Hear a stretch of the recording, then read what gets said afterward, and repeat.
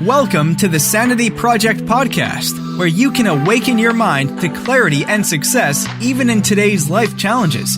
We're here to provide insights and solutions that will help you live a sane, healthy, and prosperous life. Here's your host, Joanne Victoria. Hello, everybody. This is Joanne Victoria with another amazing episode of the Sanity Project podcast.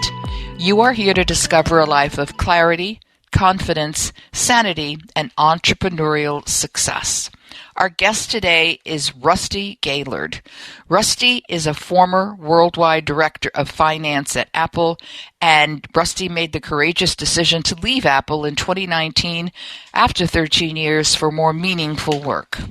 With over a decade of personal and professional development experience, Rusty was certified as a transformational leadership coach in 2018.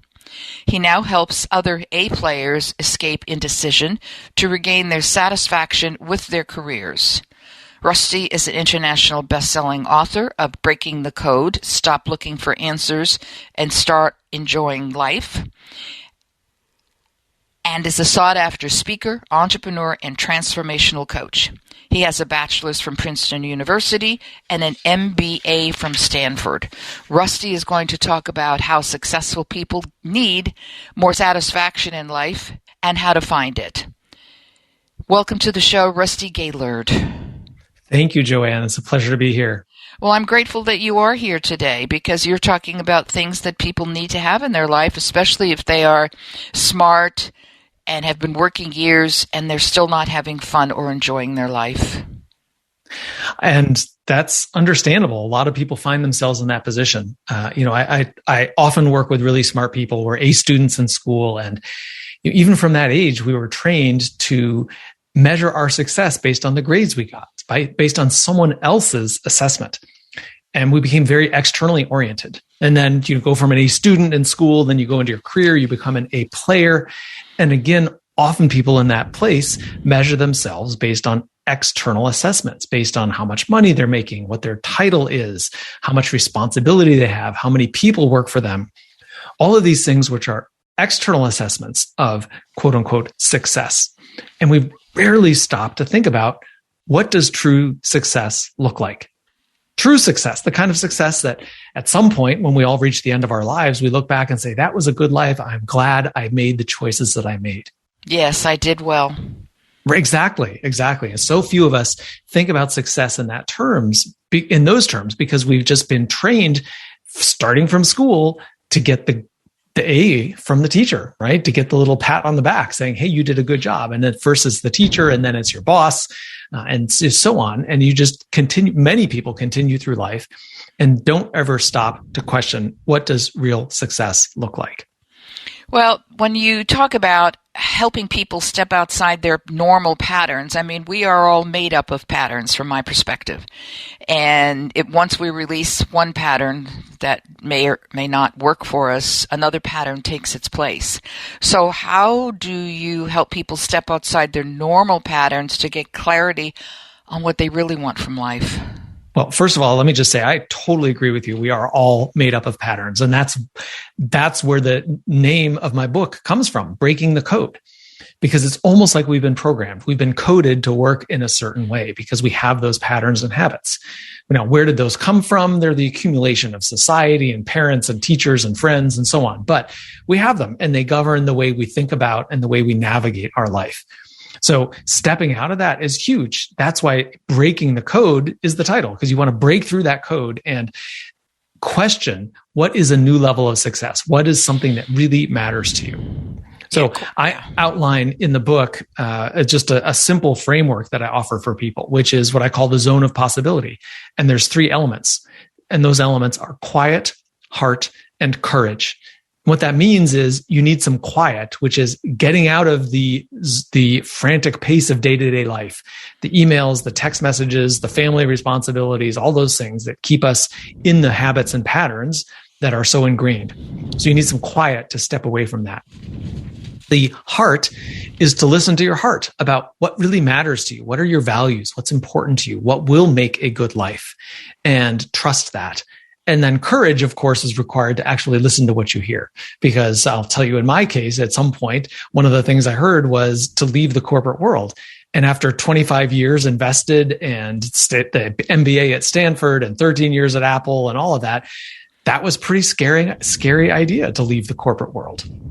Well, it was a good thing you did, because I'm sure along the way you've helped many, many people find their inner path, as opposed to just being reactive to, number one, their patterns, or number two, what other people say about them based on their titles, their gender, their, as you say, number of people on their team, if they even have a team, or if they're sitting in a corner all by themselves. Absolutely. Those things can be so powerful. And, I live in Silicon Valley, and a lot of the people here in Silicon Valley are so strongly influenced by that, right? You drive around Silicon Valley and you see people driving their Tesla or their fancy car, and you say, "Oh, I want one of those." And so it really becomes an environment that celebrates achievement and financial reward and title and responsibility and all of that. So, but it doesn't have to be just Silicon Valley, right? That in many ways, our culture in general celebrates those things. But time and again, it's been proven money does not buy happiness. So what is it that actually makes you happy, and how can you program that into your life? Well, how can you? Well, it really starts with breaking the code, as I described. So thinking about, what are the things that make you happy? And as simple as this sounds, the next step is simply to do it. Now, what most of us come up against in that kind of situation is fear. So I'll go back and use my own story as an example. When I finally got the idea to leave the corporate world and to go off on my own to become a coach, of course I was terrified. I had never worked for myself. I had always worked for large corporations. I worked for General Electric and Apple, big, huge companies. And so the idea of leaving the security of a paycheck to go off and start my own business, to go from being an expert at what I did to a beginner, I was basically starting a new career. All of those things were terrifying for me. What if it didn't work? What if I failed? What if? Correct.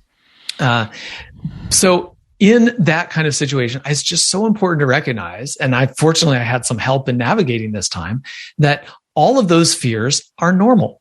That's of course that you're going to have those fears because you're off doing something new. The question is, do you care enough about what you're doing? Is it important enough to you? Is it meaningful enough that you're willing to confront the fears and go forward anyway? And in my own case, I was willing to do that. I was willing, and one of the tools that I use, and I recommend this to people all the time, I talk about it as the rocking chair test. So when you're 90 years old and sitting in a rocking chair on your front porch, reflecting on your life, reflect on this moment and ask that 90-year-old version of you, what would be the right choice? And when I thought about it that way, and I asked that 90-year-old version of me, would it be better to play it safe and to stay in a big company and continue on there? Or would it be better for me to take a risk, to run the risk of failure, but to go off and start a business and do something that is exciting and meaningful to me? And it was such a clear answer. Of course, go for it. Even if I failed, I knew that I would figure it out. I would find a way to make it work. And so I just encourage people to think about that rocking chair test. Jump ahead to that point in your life where you've already reached the end, so to speak, and you're looking back on your life. And from that perspective, what decision would you make? What decision would you make? Yeah, I was in a similar situation. I was in real estate. I owned my own company, and I was in construction and resales and all that. And I had a good reputation. And then a very large international company at that time came up to me and more or less and wanted me to take over the West Coast as pick a title. And I thought, I would be tied to a desk. I would be doing things that I don't want to do. I have to talk. I have to do so many things. And I had another way of helping people. And it was not by selling real estate or training real estate agents or doing whatever is attached to that, which would be another corporate situation. And I didn't have very much luck with corporations up to that point in time. And I just decided to give it all up. And people go, "Are you crazy?" And I said, it doesn't touch my heart at all. It's cold. And, I think about what they were offering, and I could have been set and retired a long time ago, but there was nothing exciting, and there was nothing heartwarming, and there was no way I could help people enough in the way I knew I could if I didn't change, my path. And, knowing yourself obviously is so important. And for some people, the right answer is to change your path. But I also don't assume that that's the right answer for everybody, because I meet plenty of people who like what they're doing, whether they're an entrepreneur or they're working at a big company, they're happy in their work. But there's something about the way they're doing their work that doesn't work for them. And so, these ideas and these tools that we're talking about here, Joanne, equally apply to someone who has no desire to change their job, but they want to change the way they're doing their job. So just a simple example is one of my past clients, we'll call him John, worked at a high-tech company here in Silicon Valley, and he had a big job with a lot of responsibility, and he was always on, which is celebrated in a lot of our culture, right? It's like, I worked really hard and I was up until late at hours working on this presentation and checking email on weekends and taking his computer when he went on vacations. He hadn't been to the doctor in 5 years because he just didn't have time. So through this process of questioning, again, the zone of possibility, right? Asking yourself, getting to some quiet, tuning into your heart, is this what you want? And his answer was no. He enjoyed the work, but not the way he was doing the work. And so he had the courage to do some things differently. And one of those things was to carve out time to play golf.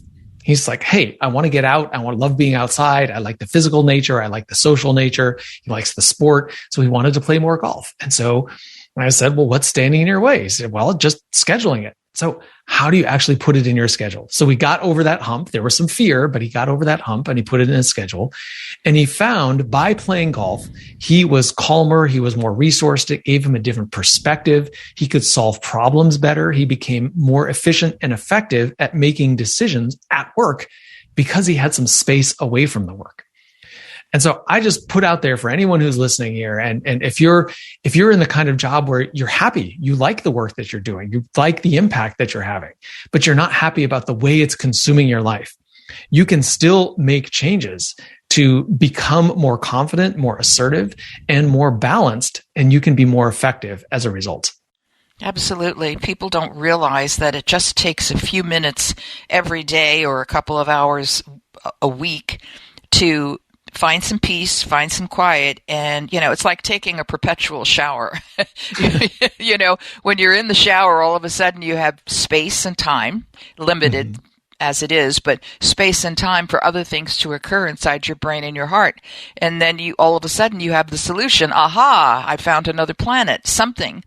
And yet, but people don't realize how important that is. You need that space. You do. And it's funny when you talked about the shower, the thought that came to mind for me is like, well, it would be like only showering on weekends, saying, well, I only have really free time for myself on weekends. That's when I have space. Well, that would be the equivalent of only showering on weekends. Correct. So, yes. Bizarre.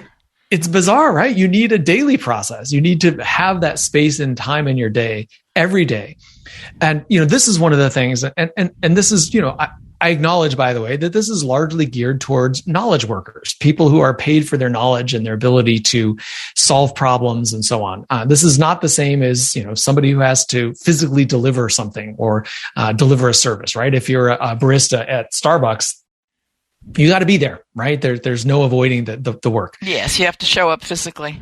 Yeah. But for those people who are knowledge workers, there's so much about, it's not about how much you get done. It's more about who you are and how effective you are in making decisions. And I think that transition is so important for people to go from doing a lot to being a leader. And that is a transition where a lot of people get stuck because we grow up in our career by doing things and we get rewarded for the things that we do, for delivering on work. And then at some point you go through this transition and it's no longer about doing because you're not the one doing. You're now leading people. And so now as a leader, it's much more about who you are and how you show up. Do you have the confidence? Do you have the clarity? Are you sane and calm and creative and resourced? Those are the characteristics of a strong leader, which is really not about doing anymore. Right. And do you have the courage to take that leap to a new place in your life? Because that's what it takes. And courage does come from the heart. And that's where the truth lies, in my opinion. You need the quiet time to listen to your heart. You do. And the other place that I think is a source of courage is to, again, I'm going to go back to the rocking chair test, because if you imagine yourself at 90 years old, sitting in a rocking chair on your front porch, at that point in your life, everything has worked out. And if you believe everything that's worked out, it gives you a little bit more confidence and a little bit more courage to take a leap now, knowing that somehow, some way, it's going to work out in the end. And if you can hold that belief that somehow in some way it will work out, then it's easier to find a little bit of courage to do something now, because you don't know how it's going to work out, but you know it will. And you only have to take one step at a time. It's like your client, he played golf, and what does it take? 2-3 hours to go through 18 holes? I'm not sure anymore. It's been a long time, but it's a step. Yeah, and you it take is one step. Absolutely. And you play golf once and you try it as an experiment, and he did, and he found, it was okay. Nobody missed me at work, and it all worked out. And so he did it again, and he did it again. And I think your point about taking a step is such a great one, right? It's not like I got the idea to become a coach and marched into my boss the next day and said I quit and gave 2 weeks notice. It was an extended period of time for me to start investigating and ramping up. What does it mean to be a coach? How do I get trained to do that? Is there a certification process? How can I get a first client, start working with people, host workshops? I did all of those things before I went into my boss and had the conversation about leaving. So I think that's a common mistake that you point out, Joanne, is like many people assume you have to jump right from A to Z, forgetting all the other letters of the alphabet. And right. There's so many other steps you can take that start to move you forward. And once you start moving forward, you can build some momentum, and then you can keep going. Yeah, I talk to my clients and most other people as well about digestible bites. What can you do today? What can you do right now to help you reach your goal or your outcome or your result, or I don't even like any of those words, but to achieve what you want. If you want to be healthy, he went out golfing, but other people, they'll do something else. They'll go to a movie a week and then they just distract their brains. Movies work well, by the way. Now that the theaters are open again, if there's anything to see, of course. Right. But going to see a film really helps, because you're transformed into another world, another universe, maybe even, and then your brain is off the work, and all of a sudden you come out and you go, I'm a new person.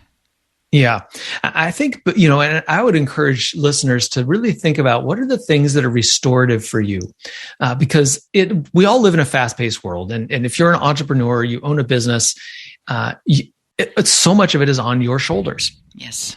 And so it can be hard to put that down because it just feels like you're on all the time. Now, a lot of people will want some escape from that. And so they might go to a movie or watch TV or do something like that.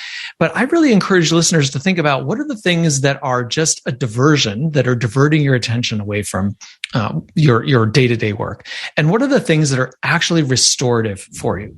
So, it's easy for me sometimes at the end of the day, I say, I just want to sit down and watch TV.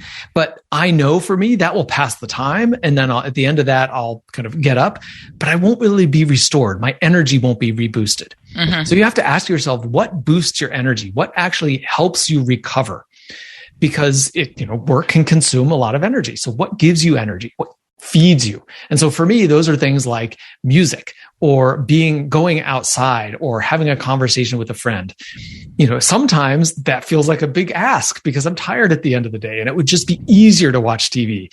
But I encourage people to pay attention to not falling into that trap of doing things that are neutral, that don't sap your energy, but also don't boost it. And instead find what are those things for you that boost your energy, and make sure that you have some of those in your day, because those are the things that are not only going to kind of help you reset and clear your mind, but they'll also make you come back as a better person. Yeah, they're more beneficial. Yeah, I usually tell my audience, and I'm going to do that right now, is that re-listen to this podcast by Rusty Gaillard. And this is important stuff that he's giving you. And get your yellow pad out and take notes. If you want to transfer it to a Word document later, go do it. But that connection between your hand and your brain, and your heart, but certainly your hand and your brain makes a huge difference in how you gather data. I love that. And I would add to that, as you're taking notes, take notes on the things that you're learning, but also take notes on the ideas that come to you. Because, it's great to get, to hear some things that Joanne has said or that I have said that are interesting to you and a new perspective. Jot those down, but also listen to the ideas that come from you that are appealing and exciting to you, because you ultimately are the expert on what is right for you. And you can do way more than you give yourself credit for. We all can. You just have so much more potential to have an amazing, amazing life. So be unreasonable. Set your aim high, set your goals high, and think about what for you would be an unreasonable degree of success, something that would be hard to imagine for you, and just allow yourself to embrace that and take notes on that. Write down those ideas, because those can be the inspiration that help you move forward. Yeah, once you have a great idea, your life is going to change. Your entire movements daily are going to change, because you could be listening to this podcast and have another idea out of a different part of your brain, and you take a note on that. And once you take that note, once you listen to that, to your internal voice, and you go, aha, that sounds interesting, there will be a change in your life. You'll be presented with things that support what you're dreaming about. Absolutely. Absolutely. And one of the ways to get that kind of clarity, I think, is oftentimes we use our imagination, but we use our imagination in the worst sense, right? We tend to imagine the worst, right? As I was thinking about leaving my corporate job to go off and become a coach, what if I fail? What if I don't get any clients? What if nobody likes me? What if I'm not good at this?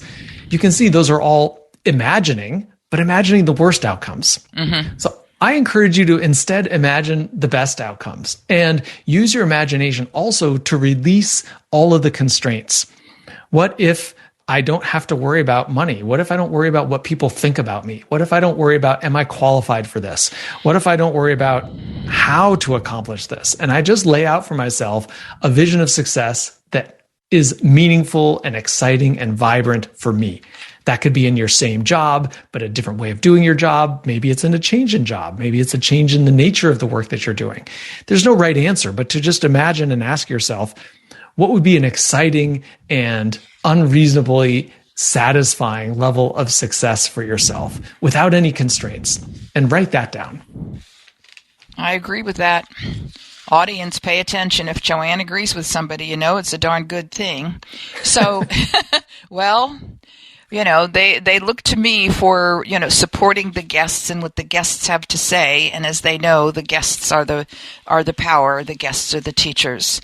So what would you suggest that people do? We have some notes here, and I will certainly put them on your website page on my podcast at askjoannevictoria.com.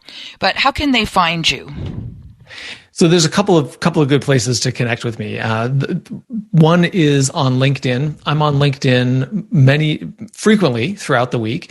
And I also do a weekly interview show where I interview people who have accomplished some cool things in their life. And we talk about how did they get there? The show is called Fork in the Road. So it's all about the forks in the road, or the decisions that people make to navigate their life. So you can follow me on LinkedIn. Just go to Rusty Gaillard on LinkedIn and follow me there. And also go to my website or send me an email. I send out a weekly email with ideas and tips and tools to get you thinking differently, to get you asking different questions. And so you can sign up for that on my website, or you can contact me by email, and we'll get connected that way. And the name of your website is? My website is SV Dream Builders. That stands for Silicon Valley Dream Builders.com. svdreambuilders.com. Or you can buy his book, Breaking the Code, Stop Looking for Answers and Start Enjoying Life. And it is apparently on Amazon in all formats, Audible, paperback, and Kindle. It is.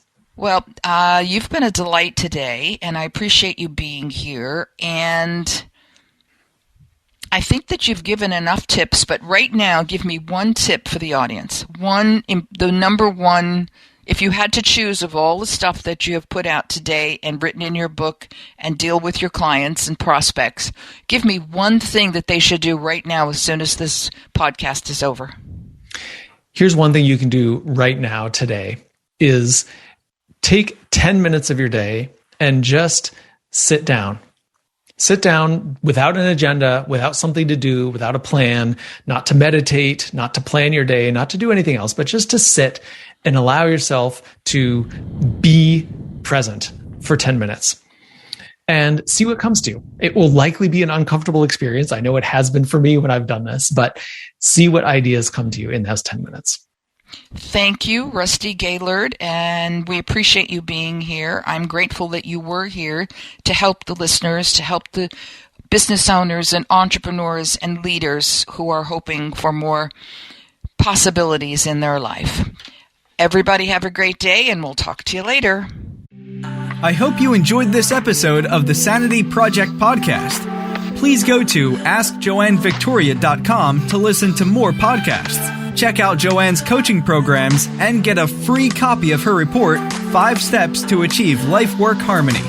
That's AskJoanneVictoria.com. Take care, and thanks for being here.